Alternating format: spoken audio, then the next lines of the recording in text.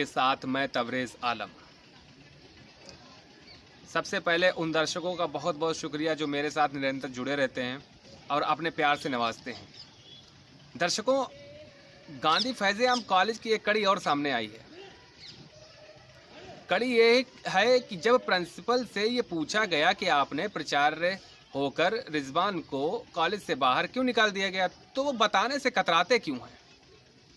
बल्कि उन्होंने एक बार भी सूचना नहीं दी कि विभागाध्यक्ष को वहां पर मौजूदगी में कॉलेज में आना चाहिए, जहां कहीं भी हों वो बीच में आए और अपनी बात को रखें आके। उनको एक बार की निकाल दिया कॉलेज से।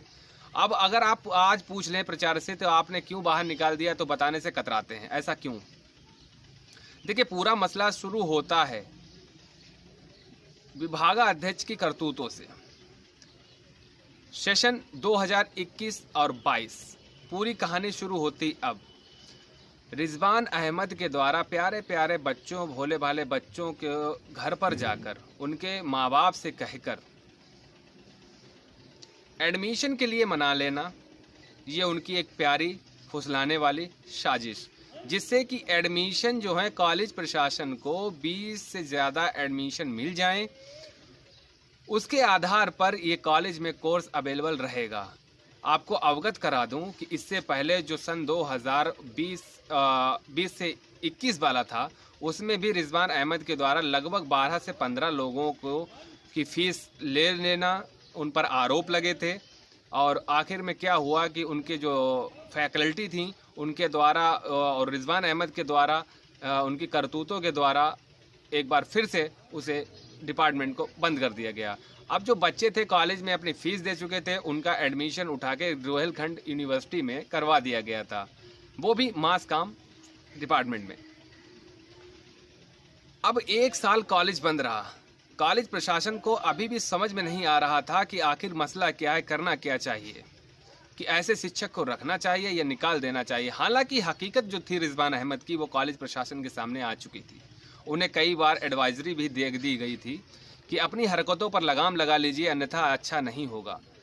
अब सेशन 2021 से 22 शुरू होता है। उन्होंने फिर अपनी पड़ताल लगाई, प्रचार से मिले, सारे कमेटी से मिले, उसके बाद कहा कि एक मौका मुझे और दे दीजिए, हो सकता है कि मैं इस बार सुधर जाऊं। जैसा कि आप सभी लोग जानते हो, हरकतों पर कोई भी लगाम नहीं लगा।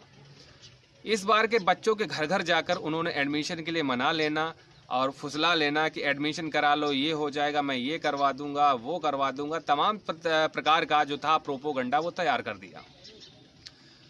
अब सोचने वाली बात है, जिसको ये पता नहीं होगा कि मास कम्युनिकेशन क्या है, वो स्टूडेंट, वो विद्यार्थी अगर कॉलेज में एडमिशन मास काम में ले लेता है तो बहुत बड़ी बात है कि उसको पता नहीं कि मेरा फ्यूचर किस दिशा में मुड़ चुका है।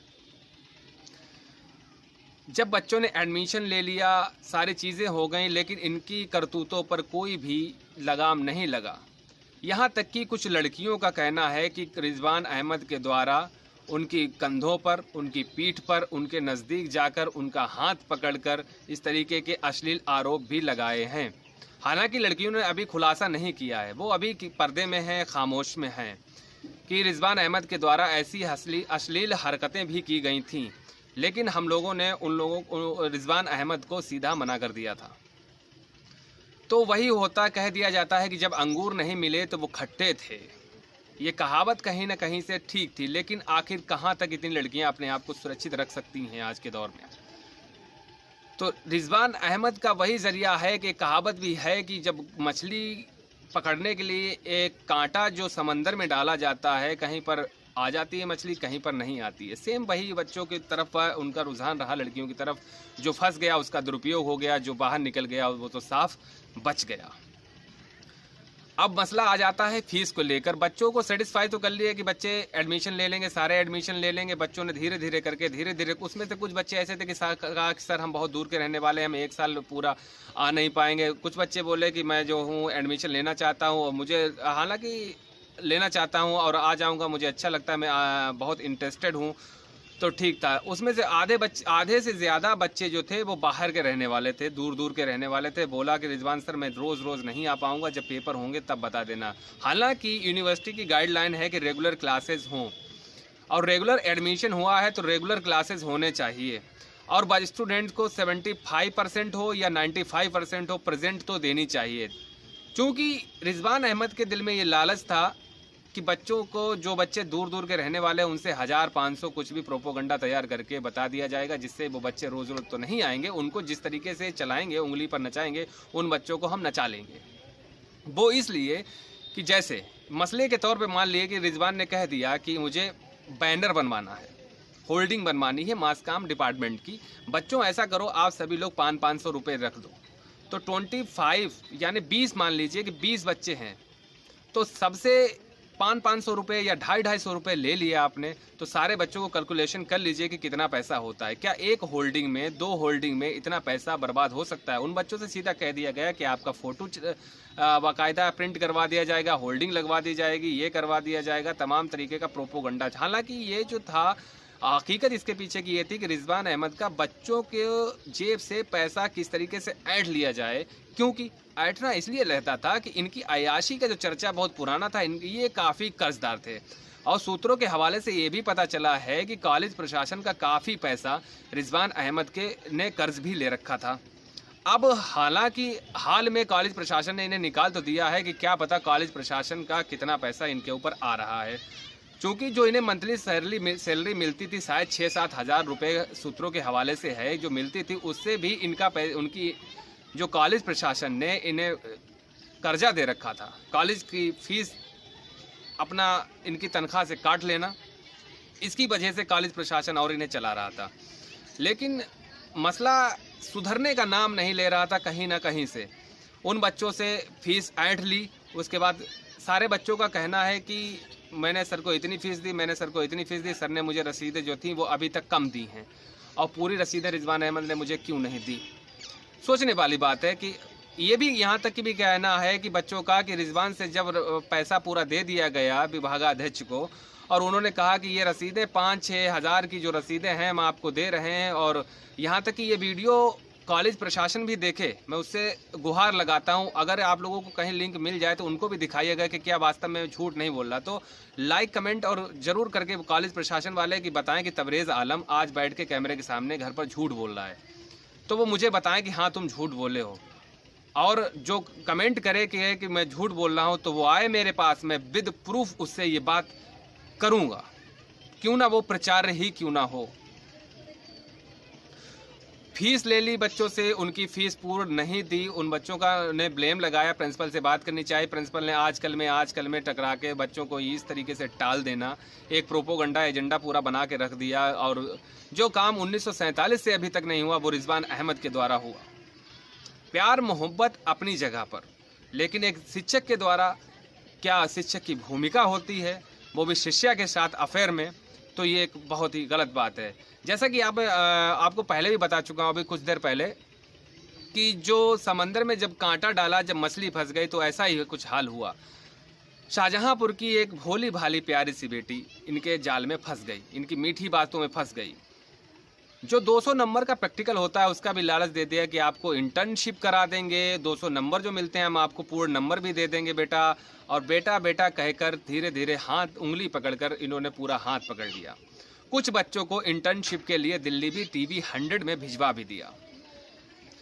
TB 100 में जाने के बाद बच्चों को भिजवा दिया। हालांकि सूत्रों के हवाले से है कि कॉलेज प्रशासन के द्वारा 3 मंथ की बच्चों को NOC का जो लेटर होता है इंटर्नशिप का, कॉलेज प्रशासन ने मुहैया करा दिया जो बच्चे इंटर्नशिप के लिए गए थे।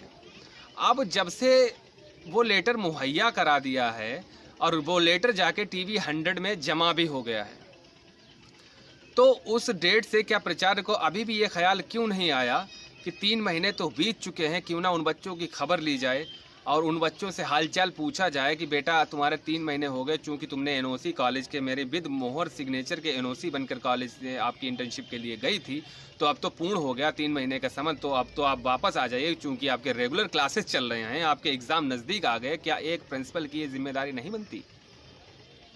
इधर विभागाध्यक्ष को कॉलेज से बाहर निकाल दिया गया था। क्यों?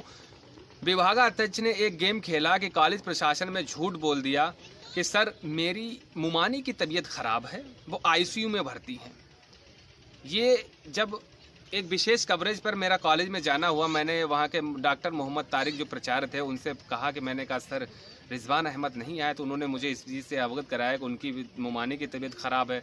कुछ बच्चों से मैंने उसकी जानकारी ली कि मैंने क्या बच्चों क्या है आपके सर क्यों नहीं आए, तो बच्चों ने कहा कि उनकी माँ की तबीयत ख़राब है। कुछ बच्चों से उन्होंने कहा कि ऐसा है उनकी सिस्टर की स्टोन हो गई है, तो स्टोन हो गई उसकी वजह से वो नहीं आए हैं, बता दिया है कि इलाज करवा रहे हैं। और कुछ बच्चों को बता दिया कि बेटा मैं दिल्ली में हूँ। कुछ बच्चों को ये भी बता दिया कि मैं लखनऊ गया था, मेरी एक इमरजेंसी मीटिंग थी जिसकी वजह से मैं कुछ दिन नहीं आ पाऊँगा। देखिए यहाँ पर कोई द्वेष भावना तो नहीं है, लेकिन यहाँ पर यह दर्शाता है कि आखिर एक शिक्षक कई तरीके की बातें स्टूडेंट से, विद्यार्थियों से क्यों करता है। अपनी अपनी लोकेशन, हर विद्यार्थी को अपनी अपनी लोकेशन क्यों चेंज बताता है, उसके पीछे आखिर पूरा माजरा क्या है। माजरा ये था कि मेन मुद्दा ये था कि जिस विद्यार्थी, जिस शिष्या को उन्होंने इंटर्नशिप के लिए कुछ बच्चों को भेजा था, उनमें से वो भी थी जिनके साथ उनका प्रेम प्रसंग चलना शुरू हो गया था। रात रात बातें होती थीं लड़की से, और लड़कों से कोई भी रुझान नहीं रहता था, सिर्फ अपने मतलब के लिए उन्हें यूज़ किया जाता था। दिल्ली में फ्लैट भी दिलवा दिया गया।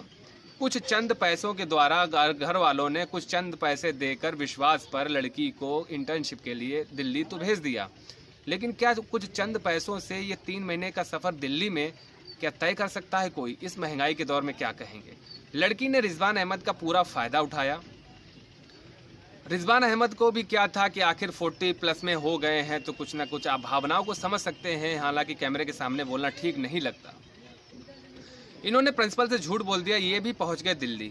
लोकेशन अपनी चेंज बता चुके थे, फैमिली वालों की तबीयत को ख़राब बता दिया था कई जगह से, तो इसलिए घर वालों ने, देखिए ऐसा है कि मोहब्बत में और लड़ाई में सब कुछ जायज़ होता है, तो शायद इन्होंने घर वालों को और बच्चों वालों का करियर नहीं देखा, घर वालों की, माँ बाप की इज्जत नहीं देखी कि आज वो दौर आ गया है कि अगर इन्हें कहीं पर भी अटक जाता तो इनका भाई, इनके माँ बाप, इनके रिलेशन में जो भी लोग हैं, वो करीबी जो अजीज़ लोग हैं, वो इनके साथ में नहीं खड़े होते हैं। जो दूर के हैं उनके पास खुशामद करते हैं कि सर मेरा ये काम करवा दीजिए, उसके पास वो इंसान खड़ा हो जाता है। आखिर ऐसा क्यों? कि घर वाला ही नहीं खड़ा होता है।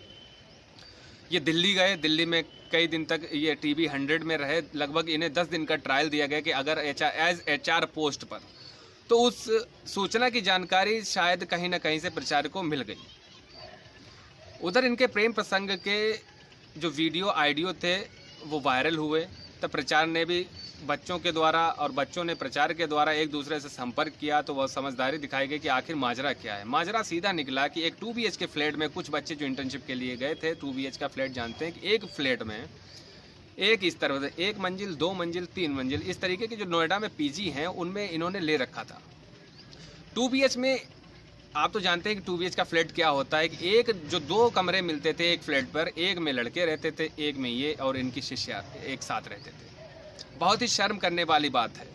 अगर कोई कहे कि ये सब गलत है तो मेरे पास वो स्टूडेंट भी मौजूद हैं, वो सबूत भी मौजूद हैं, वो रिकॉर्डिंग्स भी मौजूद हैं कि जिनमें सीधा कहा गया है कि मैं अपने आंखें तो बंद कर सकता हूँ, वो कान नहीं बंद कर सकता, जिनसे वो आवाज़ें, वो बातें, रात की गुनगुनाहट, वो चिल पिकार, वो सारी चीज़ें सुनाई देती हैं। देखिए स्टूडेंट कोई भी हो, अगर किसी शिक्षक का लिहाज करता है जो ग्रेजुएशन करके मास कम्युनिकेशन में जाता है, तो जाहिर सी बात है कि 18+ में ही होगा, समझदार होगा, जवान होगा। इधर कॉलेज का जो बच्चे थे पढ़ने वाले, उनका दिमाग टनका कि आखिर रिजवान सर ने ऐसा झूठ क्यों बोला। कुछ बच्चों की इंटर्नशिप के लिए भेज दिया तो हम लोग क्या दुश्मन थे? अगर थे तो सारे और भी लड़कियां थी, तो सिर्फ अच्छा मसले वाली बात यह है कि रिजवान ने सिर्फ एक लड़की को ही इंटर्नशिप के लिए भेजा, चूँकि उनके प्रेम प्रसंग में मुब्तला थी। और लड़कियाँ जाती हैं तो शायद कहीं ना कहीं से उसको वो काम ना हो पाता, वो मुँह ना काला हो पाता जो किया गया था। इधर बच्चों ने प्रचार से बात की, द्वारा प्रचार से बात की कि सर रिजवान अहमद ऐसा ऐसा बोल रहे हैं और हम लोगों की क्या गलती है, अगर भेजना था तो आप, हम लोग भी इंटरेस्ट थे इंटर्नशिप करने के लिए, लेकिन हम लोगों को जब अभी तक सिलेबस में यही नहीं पता कि TP क्या होती है। कॉलेज में TP तो है नहीं। कॉलेज का भी थोड़ा हाथ आपको रोक कर बता देता हूँ कि कॉलेज का हाल क्या है कि मास कम्युनिकेशन का डिपार्टमेंट जो है सबसे कोने में है, एकांत जगह पर है, 24/7 वहाँ पर कोई भी वारदात हो सकती है, नंबर 1। दूसरी बात यह है कि कॉलेज के अंदर मास कम्युनिकेशन में एक ट्रिपॉड भी नहीं है कि जिसके ऊपर एक स्टैंड लगाकर कैमरा लगाकर शूट किया जा सकता है। कैमरा तो जब लगाएंगे ना ट्रिपॉड के ऊपर जब कैमरा कॉलेज में होगा। दरअसल कॉलेज के पास एक ठीक कैमरा भी नहीं है, ठीक स्टूडियो भी नहीं है, ठीक ट्रिपॉड भी नहीं है जिसके ऊपर कैमरा एंगल लगाया जाता है कि शूटिंग की जाती है कि बच्चे को किस तरीके से कैमरा फेस करना है। टेलीप्रॉम्प्टर भी नहीं है। मेरे द्वारा क्लास लिया गया, मैंने बच्चों से पूछा कि बच्चों बताओ कि टीपी क्या होती है, टेलीप्रॉम्प्टर क्या होता है। बच्चे बोले कि सर 2-3 तो महीने बचे हैं, आप ही कुछ बता दीजिए। हालांकि मैं उनका सीनियर रहा हूं तो मैंने कुछ बताया बच्चों को, उनकी मदद की काफ़ी बच्चों की, लेकिन मुझे जानकर ये काफ़ी आश्चर्य हुआ कि अभी तक पूरा साल हो गया बच्चों को यही नहीं पता है कि टेलीप्रॉम्प्टर क्या होता है। ये कॉलेज की पढ़ाई लिखाई है, ये वो एचओडी हैं जो 10 साल से मास कम्युनिकेशन चला रहे हैं। कॉलेज प्रशासन अपनी आंखें बंद करके बैठा हुआ है। सोचने वाली बात है, जिस कॉलेज में एक ट्रिपॉड नहीं होगा, एक कैमरा नहीं होगा, एक माइक नहीं होगी स्कूल की, तो वो क्या होगा, कोई सिस्टम नहीं होगा, तो वहाँ के मास कम्युनिकेशन चलाना उचित है? मेरे ख्याल से तो ऐसा बच्चों के भविष्य के साथ धोखा करना है। इससे अच्छा तो यूनिवर्सिटी वालों को एक्शन लेना चाहिए, कम से कम उन बच्चों के भविष्य के बारे में सोचना चाहिए कि वहाँ पर ये सारी चीज़ें मुहैया करा दी जाएँ। दरअसल रिजवान अहमद के द्वारा 1-2 बार ये बात मैं ज़रूर कहना चाहूँगा, रिजवान अहमद के द्वारा कई बार उन्होंने सूची बना के दी कि सर मुझे ये चीज़ चाहिए। हालांकि कॉलेज प्रशासन को वो रिजवान की बात तो माननी चाहिए थी कि हाँ वाकई में जो इंस्ट्रूमेंट्स हैं, जो कमियां हैं डिपार्टमेंट में पूरी करा दी जाएँ, कैमराज लेकिन इसलिए था कि कॉलेज प्रशासन को रिजवान के ऊपर विश्वास नहीं था। क्यों? क्योंकि कॉलेज प्रशासन इन्हें ऑलरेडी इनके जो पहले से इनकी जो कुकर्म चले आ रहे थे उन पर रोक लगानी थी।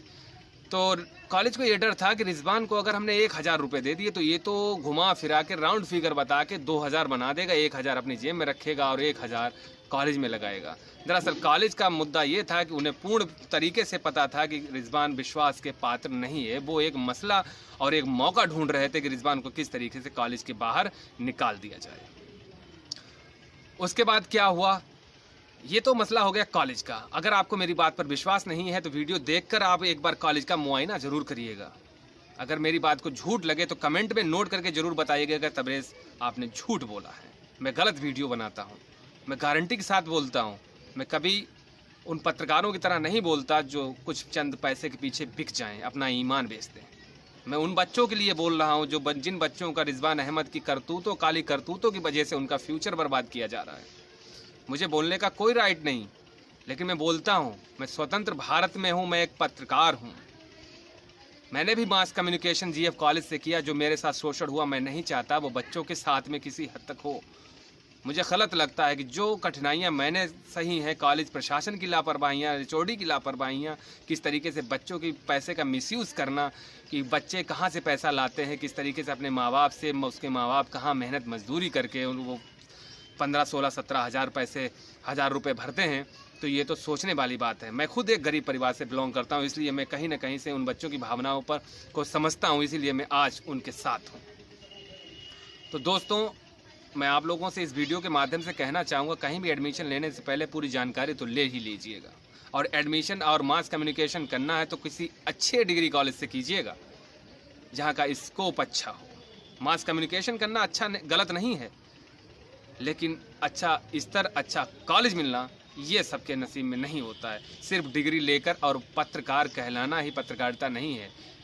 ये हमारे राष्ट्र का, हमारे देश का चौथा स्तंभ है। इसकी मर्यादा को बनाए रखें, आप लोगों से निवेदन है। अच्छा, अब रिजवान अहमद की बात कर ली जाए तो जो सोशल मीडिया पर जब सब कुछ वायरल हो गया तो प्रचार ने सीधे इन्हें कॉलेज से बाहर निकाल दिया गया। और जो बच्चों की फ़ीस थी, बच्चों का सीधा कहना था कि जो हमने फ़ीस दी है उन्होंने आधी फ़ीस की रसीदें दी हैं और आधी फ़ीस की रसीदें नहीं दी हैं। तो रिजवान अहमद हमारी पूरी फ़ीस की रसीदें दे दें। हम कॉलेज से कोई भी फसाद नहीं चाहते, हमारी किसी से कोई बुराई नहीं है, अपनी जगह पर बच्चे भी ठीक हैं।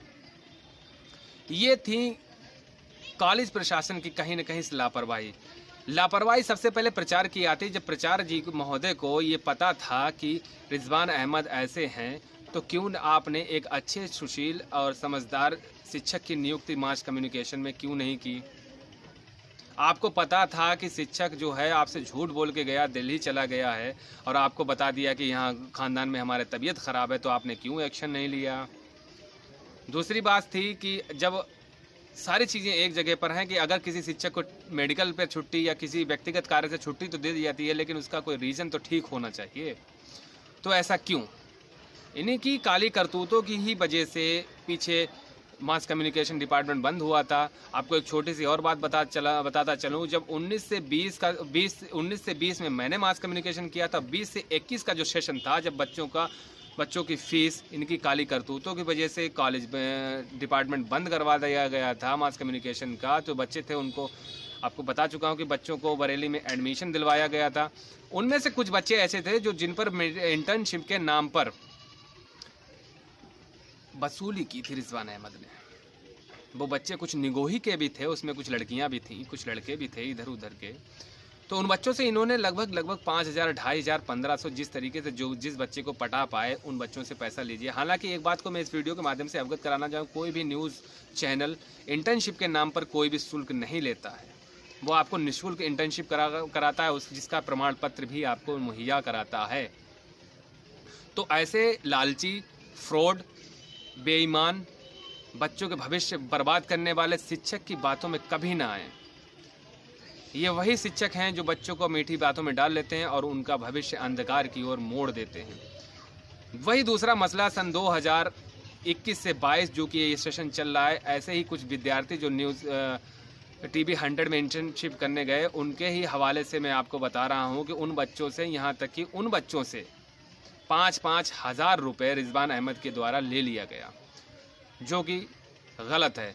अच्छा, जो पैसा ले लिया था, इधर इन्होंने फीस बच्चों की मार दी, उसकी फुल रसीद बच्चों को नहीं दी, बच्चों से कह दिया कुछ दिन बाद देंगे। उधर ये इंटर्नशिप के नाम पर जिन बच्चों को भेजा उनसे 5-5 हज़ार रुपये लिए। उनका किया क्या महोदय, मैं आपको फिर से अवगत कराना चाहूँगा, उन्होंने सिर्फ मुंह काला किया अपनी शिष्या के साथ में।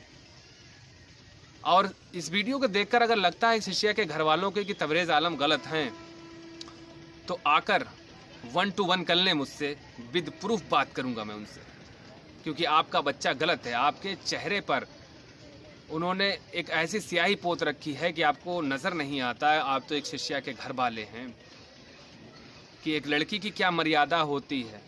लड़कियां बाहर और भी जाती हैं, पढ़ती हैं, लिखती हैं, लेकिन ऐसा काम कभी नहीं करती। हालांकि मुझे व्यक्तिगत लाइफ में बोलने का कोई राइट नहीं, बोल इसलिए रहा हूं कि उन बच्चों को धोखा दिया, उनकी फ़ीस का गलत उपयोग किया, दुरुपयोग किया, पैसे को खूब उड़ाया, खूब शॉपिंग कराई, खूब अच्छे अच्छे रेस्टोरेंट में शिष्या के साथ में अयाशियाँ की गईं और बच्चों को धोखा दिया गया। तो ऐसे शिक्षक के साथ मेरे ख्याल से कड़ी से कड़ी कार्रवाई की जानी चाहिए।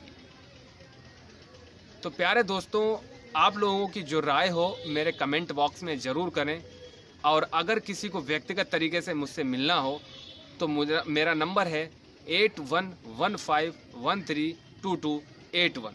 क्योंकि अगर आपको लगता है कि मैं झूठ बोला हूं तो मैं विद प्रूफ, एक सबूत के साथ पर आपसे बहस करने के लिए तैयार हूं। अगर मैंने आपको कुछ गलत कहा हो तो वो भी लोग मुझसे कमेंट कर सकते हैं कि हाँ, तबरेज़ गलत बोल रहे थे। तो आज के वीडियो में सिर्फ इतना ही, रिजवान अहमद की काली करतूतों के साथ।